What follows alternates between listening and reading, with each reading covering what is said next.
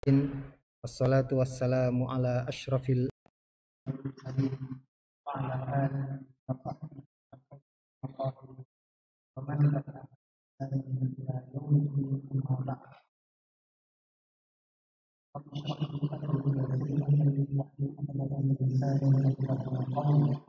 Allahumma inna nas'aluka al-huda wal tuqa wal afafa wal ghina wasbirna nas'aluka ilman nafi'an wa rizqan thayyiban wa amalan mutaqabbalan. Allahumma alimna ma yanfa'una wanfa'na bima 'allamtana. Allahumma a'inna 'ala dhikrika wa syukrika wa husni ibadatik. Alhamdulillahirabbil alamin. Jemaah sekalian, insyaallah sama-sama dimuliakan oleh Allah Subhanahu wa taala.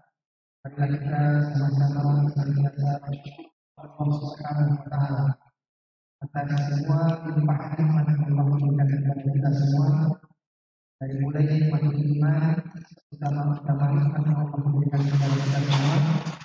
Jadi hari ini Allah masih sadar kita dari bagian daripada orang-orang yang beriman kepadanya.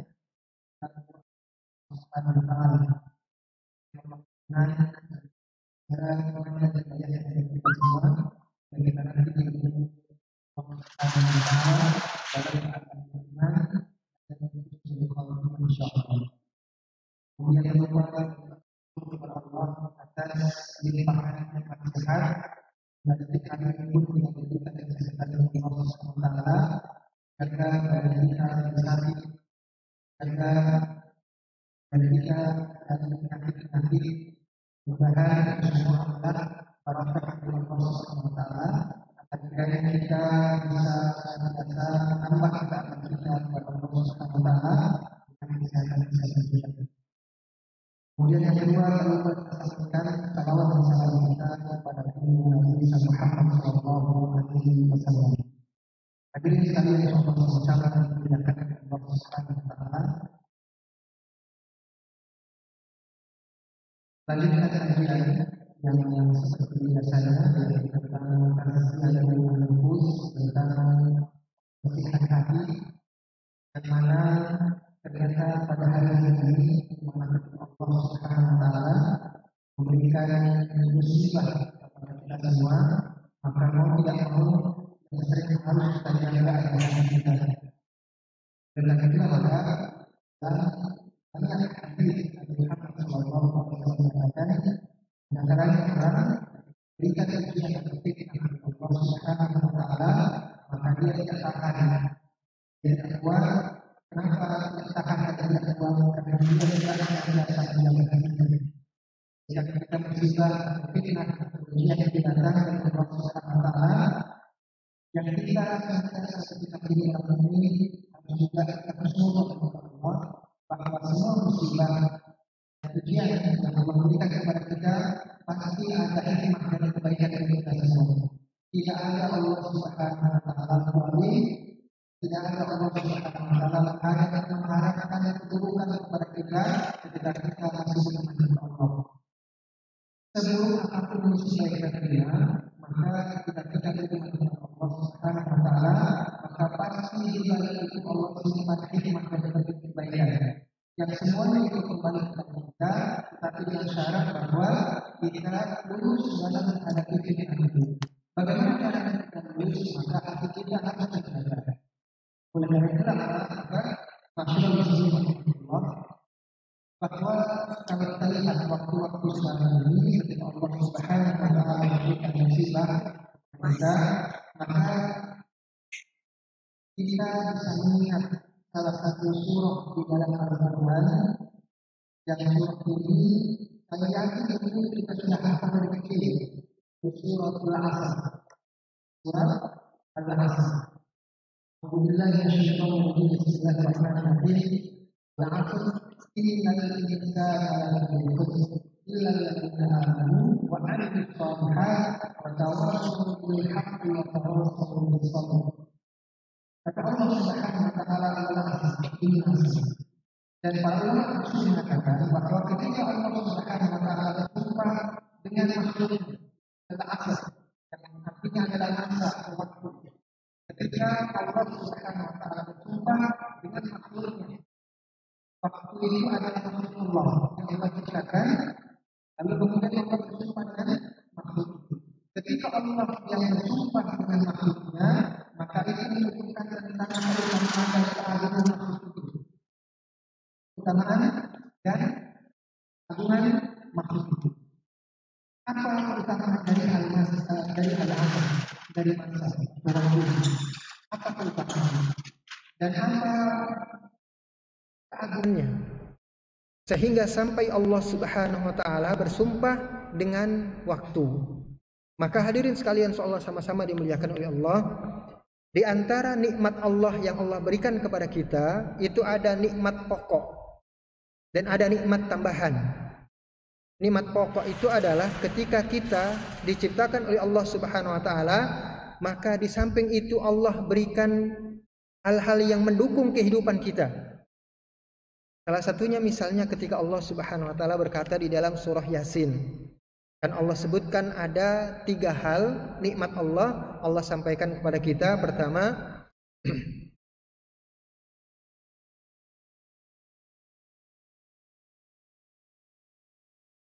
wa ayatul lahumul ardul maitatu ahyainaha, dan seterusnya itu. Dan ternyata salah satu tanda keagungan dan kenikmatan Allah Subhanahu wa taala adalah al-ardul maitah, yaitu tanah, bumi yang mati lalu Allah hidupkan. Kenapa itu menjadi nikmat pokok buat kita? Karena kita tinggal di sana. Coba misalnya Allah ciptakan kita, lalu kemudian Allah tidak ciptakan bumi, di mana kita tinggal? Jadi dikasih tahu, pokoknya Allah ciptakan, kamu hidup, tidak tahu hidup di mana misalnya. Alangkah berantakannya kita. Oleh karena itulah maka Allah Subhanahu wa taala sampaikan kepada kita bahwa tempat tinggal bernama bumi itu adalah nikmat pokok buat kita. Ketika bumi tidak ada, maka kita tidak bisa tinggal. Itu. Kemudian yang kedua Allah sampaikan wa ayatul lahumul lail wa ayatul lahum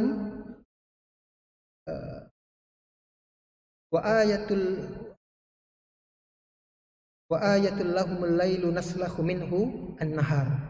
Bahwa ada salah satu tanda kenikmatan Allah Subhanahu wa taala yang kedua adalah malam dan siang. Dan itu adalah waktu. Sehingga kalau kita tidak dikasih oleh Allah berupa malam dan siang, lalu kita ngapain? Kita tidak dikasih waktu oleh Allah Subhanahu wa taala. Oleh karena itulah maka waktu itu ketika dicabut dari diri kita, maka kita mati. Sebagaimana ketika waktu itu dicabut dari dunia, maka dunia kiamat. Oleh karena itulah maka waktu itu adalah satu kenikmatan dari Allah berupa nikmat pokok buat manusia. Di mana manusia hidup, maka Allah kasih waktu. Oleh karena itulah maka Allah kemudian bersumpah tentang keagungan makhluk ini dan diabadikan di dalam salah satu ayat, di dalam salah satu surahnya, Al-Asr. Wal Asr, demi masa. Kenapa sampai begitu? Saking agungnya. Setiap orang manusia pasti diberikan nikmat pokok berupa waktu. Ketika waktu dicabut, selesai semuanya. Nah, maka kemudian setelahnya kita mendapati ayat yang kedua di mana Allah Subhanahu wa taala menegaskan, setelah kita mengerti betapa agungnya waktu buat kita, ternyata kemudian Allah tegaskan, innal insana lafi khusr. Sesungguhnya manusia benar-benar di dalam kerugian. Kita sudah dikasih tahu bahwa kita memiliki nikmat pokok yang utama, yaitu waktu.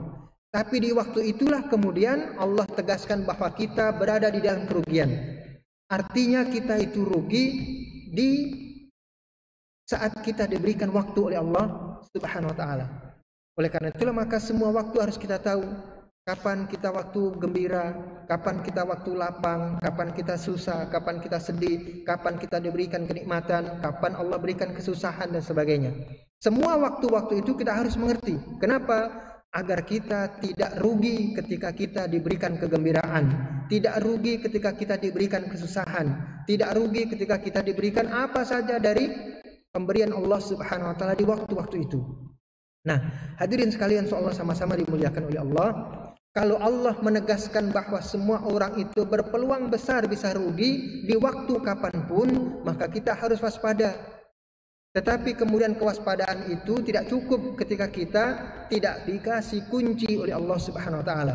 Maka Allah kasih kunci kepada kita. Bagaimana caranya kita lolos keluar dari kerugian itu. Bagaimana ketika Allah kasih nikmat kepada kita, lalu Allah kasih kuncinya dan kita tidak lalai. Karena pada dasarnya ada orang lalai ketika diberikan kelapangan hidup. Akhirnya sudah mulai lupa dengan zikirnya, lupa dengan sholatnya, lupa dengan puasanya, lupa dengan tilawatul Qur'annya dan sebagainya. Kenapa? Saking menikmati hidupnya. Kemana bisa, beli ini bisa, ngapain saja bisa karena uang banyak. Oleh karena itulah maka kemudian kalau Allah tidak selamatkan dia, maka dia akan rugi. Dan ruginya adalah ketika dia lupa dengan Allah Subhanahu wa taala. Itulah pembahasan kemarin ketika kita membahas tentang al-qalbul mayyit, yaitu hati yang mati. Di mana tandanya adalah la ya'rifu rabbahu. Dia tidak kenal siapa Tuhannya dan dia tidak kenal apa syariat Tuhannya. Dia tidak kenal bagaimana cara menunaikan syariat Tuhannya dan sebagainya. Oleh karena itulah maka ketika di waktu lapang kita punya peluang untuk rugi.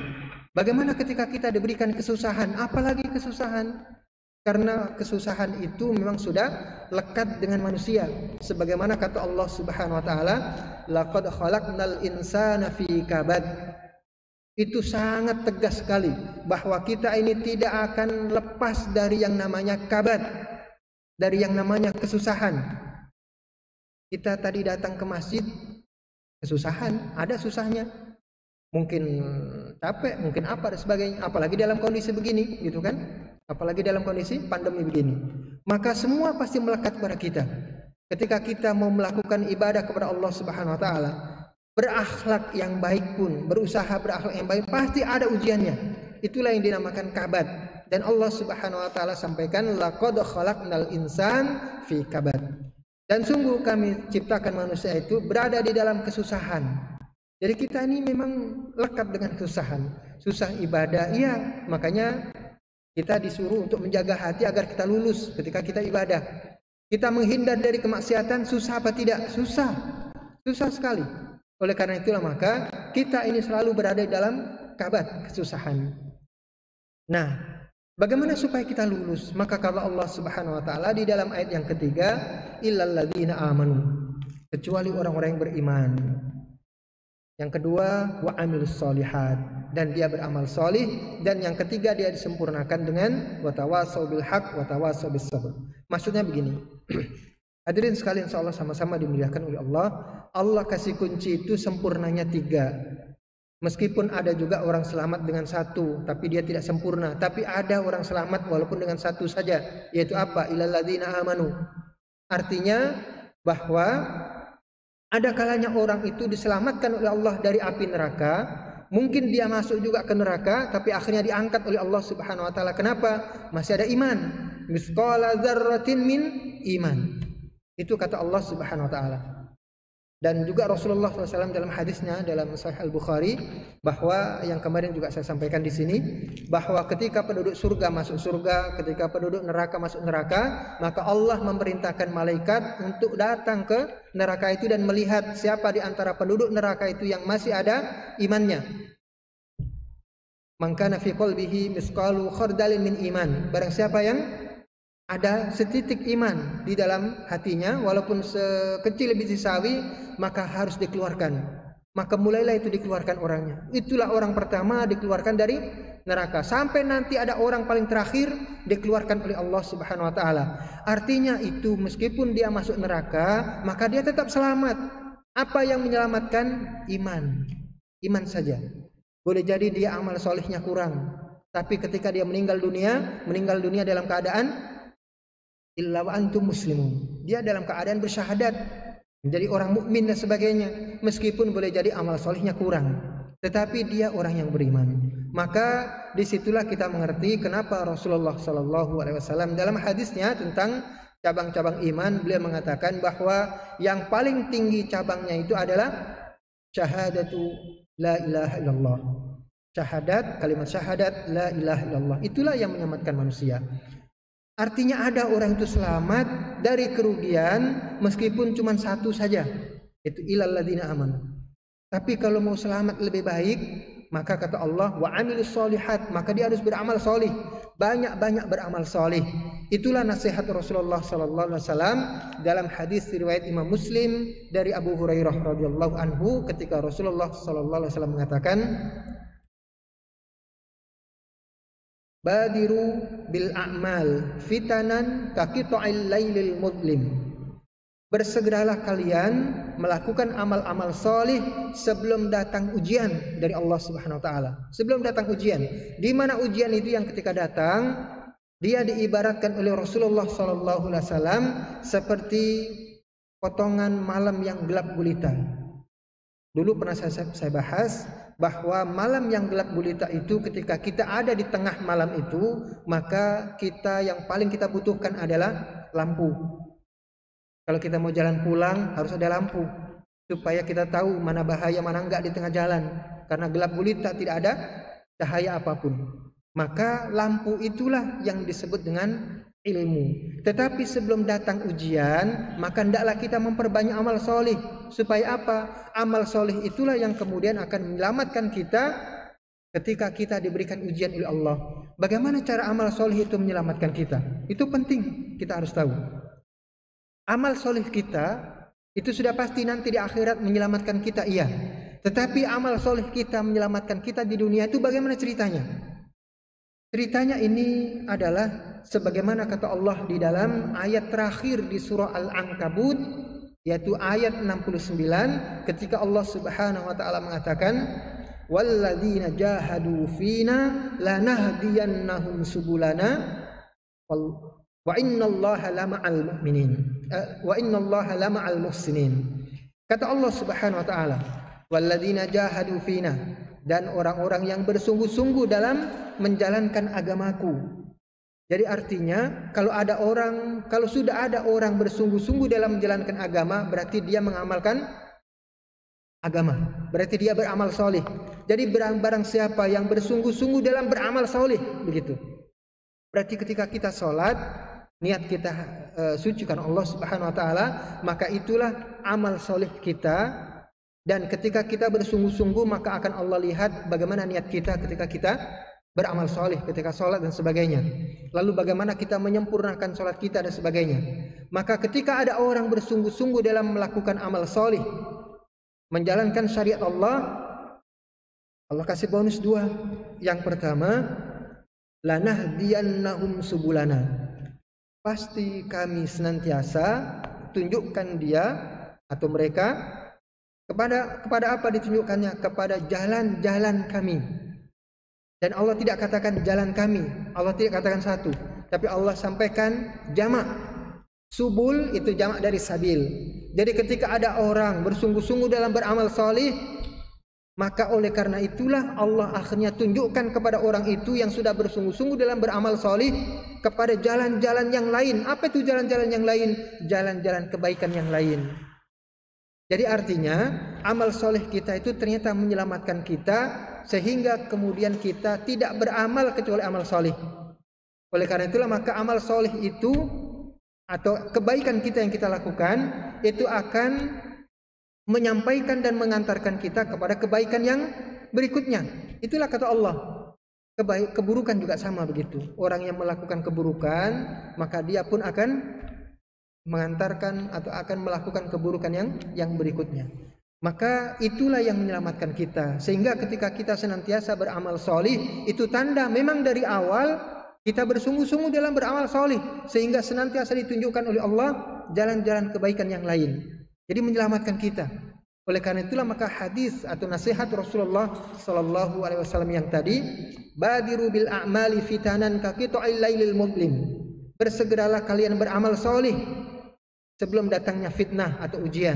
Karena ketika ujian itu datang, boleh jadi seperti malam gelap gulita, kita nggak ada cahaya sama sekali.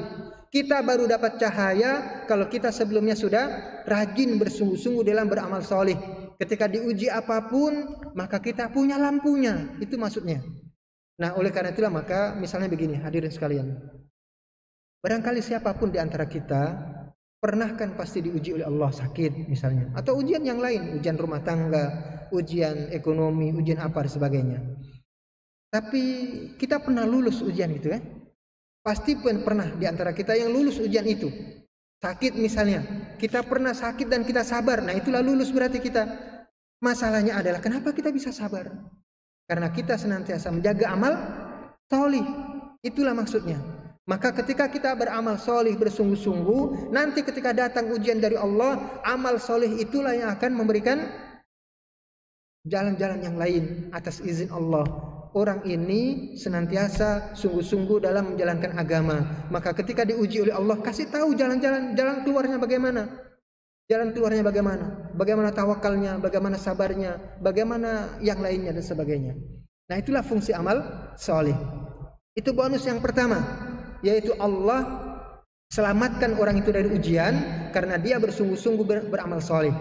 Bonus yang kedua kata Allah Subhanahu wa taala, wa innallaha lama'al muhsinin, dan sungguh Allah itu senantiasa bersama dengan orang-orang yang melakukan perbaikan. Orang yang melakukan perbaikan. Jadi orang yang melakukan perbaikan itu tanda bahwa dia sungguh-sungguh. Contoh misalnya kita tiba-tiba memperbaiki salat kita. Itu bukti bahwa kita bersungguh-sungguh dalam menjalankan salat kita. Tandanya apa? Itu tadi, kita melakukan perbaikan itu. Dan ternyata ketika kita melakukan amal yang sungguh-sungguh, senantiasa memperbaiki amal kita, ternyata disitulah ada Allah yang senantiasa membersamai kita. Jadi apa fungsinya Allah ketika bersama kita? Kalau Allah sudah bersama kita, kira-kira ada setan nggak bersama kita juga? Itu tidak mungkin. Tidak mungkin. Oleh karena itulah maka ketika kita Allah kemudian ingin berkehendak bersama kita, ya berarti memang itu tanda kita nggak bersama setan. Kalau kita bersama setan, ngapain Allah juga bersama kita, gitu. Oleh karena itulah maka wa innallaha lama'al muhsinin, ini bukti bahwa Allah ketika bersama kita, maka itu sebuah keutamaan dan keagungan dan kebarokahan hidup kita, sehingga kita senantiasa dituntun oleh Allah Subhanahu wa taala. Ya samalah kita misalnya sebagai orang tua. Kalau senantiasa membersamai anak kita, pasti kita menjaga anak kita kan. Mau ada apa, mau kesandung, mau apa kita selamatin gitu. Samalah logikanya dengan begitu dengan Allah ketika bersama kita. Tetapi syaratnya adalah kita senantiasa memperbaiki dan sungguh-sungguh dalam beramal soleh. Nah kata Rasulullah SAW yang tadi, bahwa kita diharuskan beramal soleh sebelum datangnya fitnah atau ujian. Yang ujian itu diibaratkan malam yang gelap gulita. Kita butuh lampu. Bagaimana contohnya kalau ada orang ketika diuji malam gelap gulita, seperti malam gelap gulita, di mana dia butuh lampu, tetapi dia tidak punya lampu. Ketika diuji oleh Allah, ternyata orang ini memang tidak bersungguh-sungguh dalam beramal soleh. Kira-kira apa jadinya? Kalau yang tadi kan selamat, karena dia dituntun oleh Allah, karena orang tersebut sungguh-sungguh dalam beramal soleh. Kalau yang kebalikannya bagaimana? Maka kebalikannya kata Rasulullah SAW, diambil ada orang itu tidak lulus dan paling berat atau paling paling sengsaranya atau paling beratnya ujian orang ini tidak lulus adalah, kan ada kalanya misalnya orang hanya sekadar tidak sabar Pak ya, ketika diberikan ujian sakit, keluh kesah doang gitu.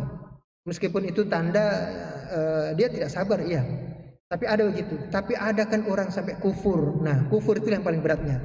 Itulah yang diambil contoh oleh Rasulullah SAW, bahwa ketika datang ujian yang seperti malam gelap gulita itu dan dia butuh lampu, ternyata dia tidak punya lampu. Apa jadinya? Kata Rasulullah, yusbihu ar-rajulu mu'minan wa yumsi kafiran. Wa yumsi mu'minan wa yusbihu kafiran. Ada kalanya di pagi hari orang masih beriman, sorenya sudah kafir. Sebaliknya juga sama, di sore harinya masih beriman, besoknya sudah kafir. Kenapa begitu? Ya bi'udinahu bi'aradin minad dunya. Dia jual agamanya dengan sekerat dunia. Itu tanda orang tidak lulus. Oleh karena itulah maka hadirin sekalian, insyaallah sama-sama dimuliakan oleh Allah, maka amal soleh itu jadi kunci kedua di dalam surah Al-Asr ketika kita ingin selamat dari kerugian. Setelah kita beriman kepada Allah, senantiasa menyambungkan hati kita, jiwa kita, pikiran kita dengan Allah Subhanahu wa taala, maka kita harus lakukan berikutnya. Kita sambung berikutnya dengan banyak amal soleh, karena ternyata amal soleh pun menyelamatkan kita dari ujian Allah Subhanahu wa taala. Lalu kita sempurnakan dengan yang ketiga. Kadangkala Orang yang sampai yang ketiga ini sedikit sekali. Orang kebanyakan 1 sampai 2 saja kebanyakannya. Ilal ladzina amanu wa amilus shalihat.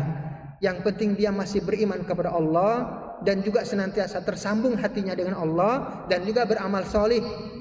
Tapi selesai dia. Dia tidak peduli dengan lingkungan. Dia tidak peduli dengan orang lain. Yang penting dirinya solih. Iya, insya Allah selamat. Tetapi kata Allah Subhanahu wa taala, kenapa ada kunci yang ketiga? Karena keselamatan itu jauh lebih baik ketika keselamatan itu banyak orang. Sehingga keselamatan banyak orang itu tergantung dengan satu kunci yang ketiga ini, watawasau bil haq watawasau bis sabr. Kita harus saling menasihati dalam kebenaran dan juga dalam kesabaran. Artinya begini, contohlah misalnya saya ketika diberikan ujian ternyata hampir tidak lulus gitu.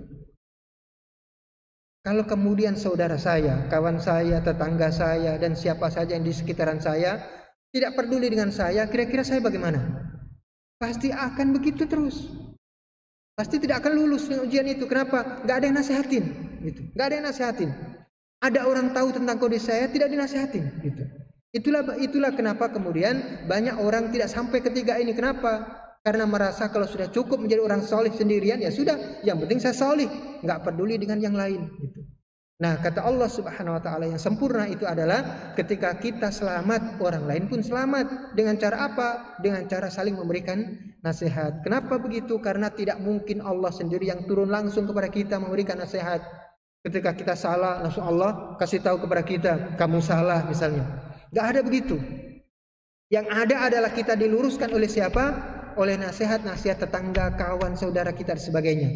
Nah, oleh karena itulah maka kita dalam kondisi sekarang ini, masya Allah Pak ya, kita lihat sudah enggak kehitung lagi saudara-saudara kita kaum muslimin yang kemudian mengalami kesusahan ketika diberikan cobaan COVID-19 ini.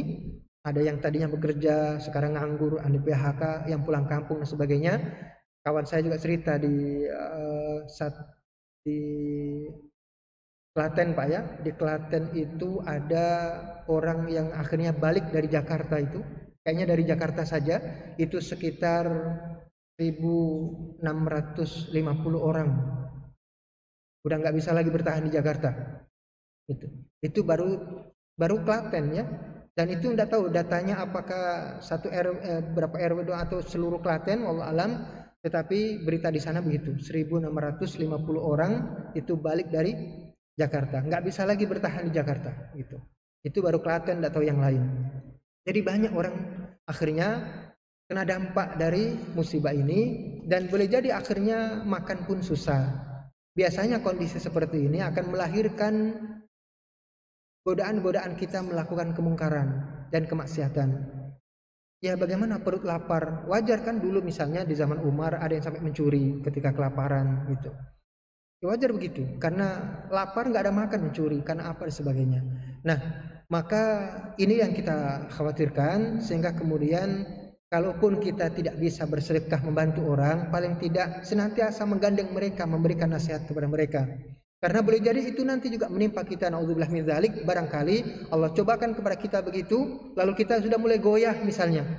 Kalau misalnya saudara kita, tetangga kita, kawan-kawan kita masih memberikan nasihat kita, menuntun kita dan sebagainya, masya Allah, itu barokah dari Allah Subhanahu Wa Taala. Itu tanda bahwa kita memiliki orang-orang yang melakukan tawasau bil haq wa tawasau bis sabr. Itulah pentingnya. Makanya selamat itu tidak boleh sendirian. Meskipun ya bisa jadi dia selamat sendirian gitu. Tapi kita tidak boleh begitu. Kita selamat, orang lain pun harus selamat gitu. Nah, hadirin sekalian, insyaallah sama-sama dimuliakan oleh Allah. Itulah pentingnya kita senantiasa menjaga hati kita, khususnya ketika kita membahas tentang waktu di mana kita diberikan musibah oleh Allah Subhanahu Wa Taala, maka kita harus punya kuncinya agar kita lolos. Hati kita dan pikiran kita senantiasa tersambung dengan Allah Subhanahu Wa Taala, dan itulah yang kemarin kita bahas, bahwa hati itu ada kalanya hayyun, hidup, dan tanda hidupnya adalah ya'rifu rabbahu alladzi ya'rifu rabbahu. Itulah hati yang senantiasa tahu siapa Tuhannya. Jadi tahu siapa Tuhannya itu bukan hanya sekedar ya Tuhan saya adalah Allah, tidak hanya begitu. Tetapi tahu tentang siapa Allah Subhanahu wa taala itu adalah artinya dia tahu apa konsekuensi dia ketika dia menjadi hambanya Allah. Ketika menjadi hambanya Allah, konsekuensinya adalah ya berarti harus mengamalkan rukun Islam, rukun iman dan sebagainya. Itu tadi ya, ilal ladzina amanu wa amilus solihat wa tawassaw bil haq wa tawassaw bis sabr. Masih ada waktu. Ya. Dan hadirin sekalian insyaallah sama-sama dimuliakan oleh Allah. Kemarin kita sampai pada pembahasan hati ini tentang sumum al-qalbi al-arba'ah, tentang racun hati yang ada 4. Gitu. Jadi hati ini ada racunnya. Jadi racun itu datang dari luar gitu. Nah, maka kita harus tahu supaya hati kita tidak terkena racun, karena kalau sudah terkena racun maka nanti ada penyakit yang timbul itu namanya penyakit syahwat.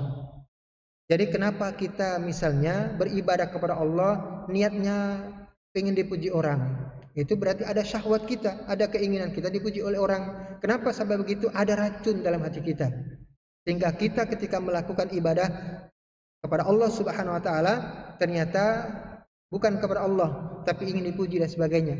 Sedekah ingin dibilang dermawan, berpuasa ingin dibilang sebagai seorang nasik itu ahli ibadah. Ketika sholat pun begitu, ketika apa saja. Bahkan sekarang Masya Allah, naudzubillah min dzalik, sampai berakhlak yang baik pun ada kalanya orang pura-pura dan mencari popularitas dengan menampilkan akhlak-akhlak yang baik, tapi di balik itu ternyata tidak misalnya. Nah, ini yang kita khawatirkan. Kenapa kadang-kala kita punya syahwat begitu? Karena dalam hati kita sudah ada racun. Jadi syahwat itu akan muncul ketika hati kita sudah ada racunnya itu. Dan racun itu kata para ulama ada 4 yang bisa merusak hati kita, dan ketika rusak maka muncullah syahwat itu. Nah, ya, racun yang pertama itu adalah fudulu al-kalam. Fudul itu bahasa Arab yang artinya adalah berlebihan. Al-kalam itu adalah ngomong. Berlebihan ngomong, orang banyak omongnya gitu. Orang banyak omongnya. Tapi ceramah juga ngomongnya banyak Pak ya. Setengah jam, 1 jam tuh ngomong terus juga ya gitu. Nah, tetapi maksudnya di sini adalah yang tidak perlu diomongkan. Ketika itu sudah terlalu banyak, maka jatuhlah dia sudah terkena racun. Nah, ini bisa kita ambil dari hadis Rasulullah SAW di dalam hadis riwayat Abu Hurairah radhiyallahu anhu. Dari Abu Hurairah radhiyallahu anhu dalam hadis riwayat Imam Muslim ada di Arba'in An-Nawawi Pak ya. Maka Rasulullah SAW mengatakan min husni islamil mar'i tarkuhu ma la ya'ni. Jadi di antara kesempurnaan Islam seseorang, jadi kita ini Islam kita, tanda kesempurnaan Islam kita itu adalah tarkuhu ma la ya'ni. Meninggalkan apa-apa yang tidak ada gunanya, Ngomong kalau ada gunanya ya tidak apa-apa. Tapi kalau sudah tidak ada gunanya, maka kesempurnaan iman kita itu bisa terlihat di sana. Apakah kita banyak diamnya ketika berhubungan dengan hal-hal yang tidak ada guna atau tidak. Nah, Masya Allah Pak ya, sekarang ini ngobrol kita itu tidak hanya pakai mulut, itu dunia kita sekarang. Tapi pakai jempol, ya kan? Ngobrol kita pakai jempol, gitu. Berjam-jam kita bisa melakukan itu. Bahkan kemudian ngobrol pun bisa di tempat manapun, bahkan di WC pun sekalipun bisa. Nauzubillah min dzalik. Menjawab PA, menjawab apa masih bisa gitu. Bahkan transaksi bisnis pun bisa kan gitu. Jadi akhirnya kita banyak ngobrol itu. Enggak ketemu orang kita sudah ngobrol banyak. Enggak ketemu orang kita masih bisa ngobrol di kamar. Ada grup-grup kita dalam satu gadget kita berapa? Mungkin 20 lebih. Kalau itu aktif semua, Masya Allah. Jempol kita menggantikan mulut kita gitu. Nah, jadi begitu. Makanya kita lihat orang main bola saja Pak ya. Main bola itu biasanya 1 jam sebelumnya itu ada review dulu. Satu dibahas nanti formasinya bagaimana, siapa saja yang main, yang terkena akumulasi kartu siapa saja dan sebagainya. Semua dihafal itu dia. Kemudian diobrolkan. Mungkin orang pun sudah tahu gitu. pertandingan bola kan tinggal nonton saja, mana gol, mana nanti menang siapa gitu. Ya cukup. Ini 1 jam sebelumnya di review dulu. Nanti setelah pertandingan ada lagi highlight namanya, itu kan? Dibahas lagi, kenapa tadi bisa seperti ini, backnya dan sebagainya. Dibahas lagi. Jadi berjam-jam dia ngobrol yang tidak ada gunanya. Masya Allah, kita pun sekarang begitu. Nah, oleh karena itulah maka kebanyakan ngobrol ini akhirnya menjadi racun buat hati kita. Karena kalau kita sudah keasikan begitu, ya kapan kita sekadar menghafalkan juz amma? Juz amma itu Masya Allah sulit sekali ya, bertahun-tahunan kita nggak hafal-hafal. Kenapa? Banyak ngobrol gitu. Coba yang kita obrolkan itu adalah an-naba misalnya, abasa wa tawalla, an-nazi'at, Masya Allah gitu ya. Nah, ini nasihat buat kita semua bahwa ternyata kita memang kadangkala kena racun dan kita tidak sadar, yaitu racun banyak ngobrol itu.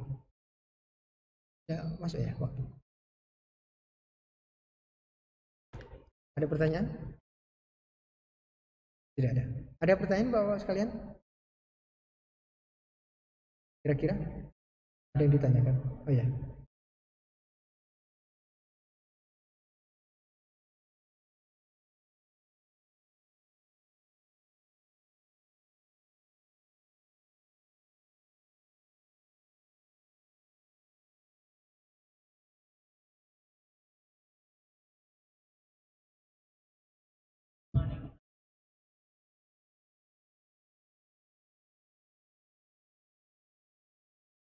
Ya. Kata Allah Subhanahu wa taala di dalam salah satu ayatnya, ya ayyuhalladzina amanu taqullaha wa kunu ma'as shadiqin. Wahai orang-orang yang beriman, bertakwalah kepada Allah. Kemudian Allah contohkan salah satu bukti ketakwaan kita itu adalah wa kunu ma'as shadiqin, dan bersamalah orang-orang yang jujur.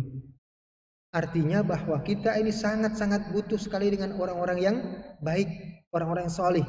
Itu berarti kita harus ada punya lingkungan, gitu. Lingkungan.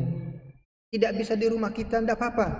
Karena boleh jadi rumah kita mungkin ditakdirkan oleh Allah bertempat yang ramai begitu, keluarga kita juga ramai dan sebagainya.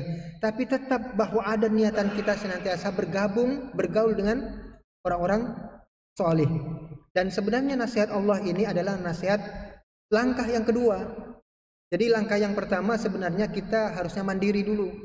Kalau mau bertakwa, ya bertakwa saja, nggak usah nunggu orang lain. Mana orang-orang soleh ya, saya pengen gabung misalnya. Kadangkala bukan begitu. Tapi kita pada dasarnya dimanapun kita berada, maka kata Rasulullah SAW, ittaqillaha haitsuma kunta. Bertakwalah kepada Allah dimanapun kamu berada. Nggak usah nunggu orang lain soleh mana, saya pengen gabung misalnya, agar saya menjadi orang soleh.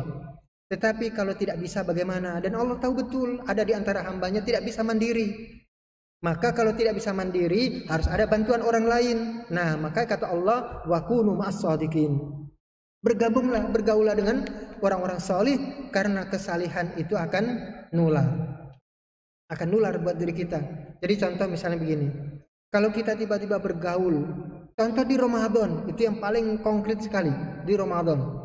Yang tadinya kita tidak sholat malam, coba kalau di Ramadan. Jadi sholat malam kan? Kenapa? Banyak orang sholat malam juga soalnya, gitu. Banyak orang tarawih.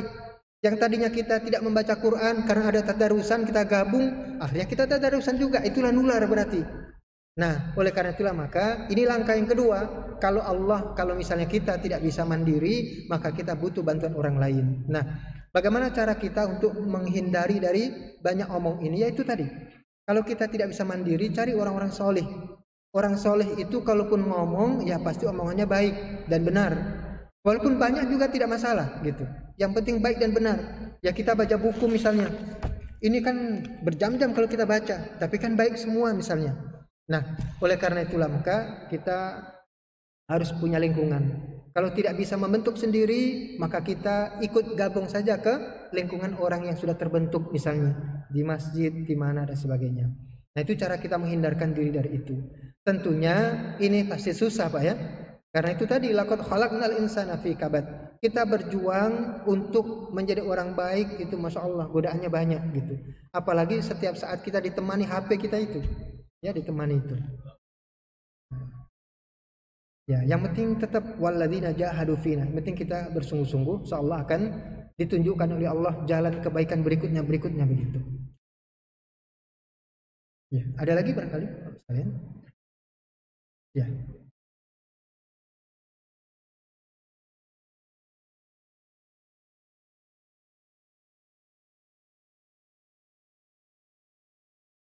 Ya, memang peduli lingkungan yang bentuk kepeduliannya itu adalah tawasau bil haq wa tawasau bis sabr, yang dengan bahasa lain itu adalah amar ma'ruf nahi mungkar. Jadi kepedulian itu adalah tanda bahwa keimanannya sudah berbuah. Jadi Bapak sekalian, kita tidak akan bisa tawasau bil haq wa tawasau bis sabr kecuali kalau iman kita yang pertama itu sudah berbuah. Pertama buah kita dilanjutkan dengan amal soleh. Berikutnya, orang itu kalau imannya benar pasti tidak suka dengan kemungkaran. Pasti tidak suka dengan kemungkaran. Ada orang misalnya ketika diuji oleh Allah kemudian dia tidak sabar. Nah, itu adalah mungkar. Pasti dia tidak suka gitu. Kenapa? Orang itu nanti sengsara. Dia tidak lulus ujian nantinya. Maka dia datang memberikan nasihat sebagainya. Itu tanda bahwa imannya berbuah.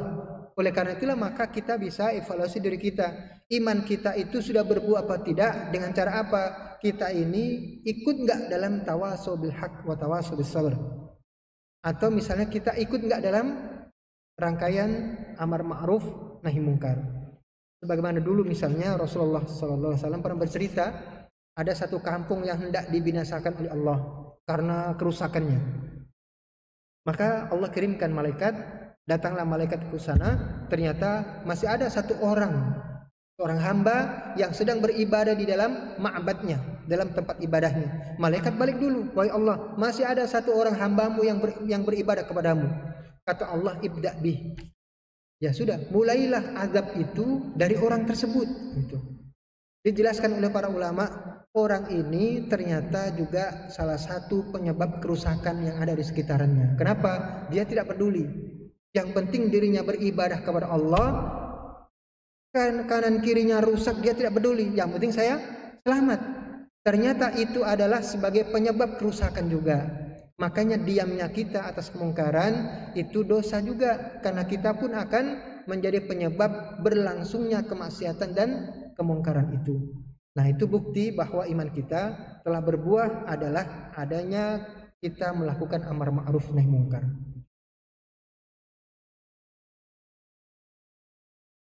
Ya, kalau tidak ada lagi barangkali kita cukupkan dulu sampai di sini. Insya Allah kita akan lanjutkan pada pertemuan yang akan datang atas izin Allah Subhanahu Wa Taala. Melanjutkan tentang racun hati yang kedua, ketiga dan keempat insya Allah. Mudah-mudahan kita diberikan barokah oleh Allah Subhanahu Wa Taala dalam majelis ilmu kita, dan mudah-mudahan kita diberikan juga ampunan oleh Allah Subhanahu Wa Taala. Kita akhiri dengan doa. A'udzubillahi minasyaitonirrajim. Bismillahirrahmanirrahim. Alhamdulillahirabbil alamin hamdan yuwafi ni'amahu wa yukafi mazidah. Ya Rabbana lakal hamdu kama yanbaghi li jalali wajhika wa barik. Allahumma salli wa sallim wa barik ala nabiyyina wa habibina Muhammad wa ala alihi wa sahbihi ajma'in. Allahumma ighfir lil muslimina wal muslimat wal mu'minina wal mu'minat al ahya'i minhum wal amwat innaka sami'un qaribun mujibud da'wat.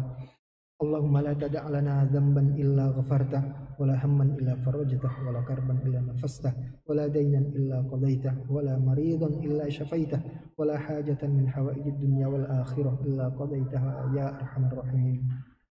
Subhana rabbika rabbil izzati amma yasifun wa salamun alal mursalin walhamdulillahi rabbil alamin.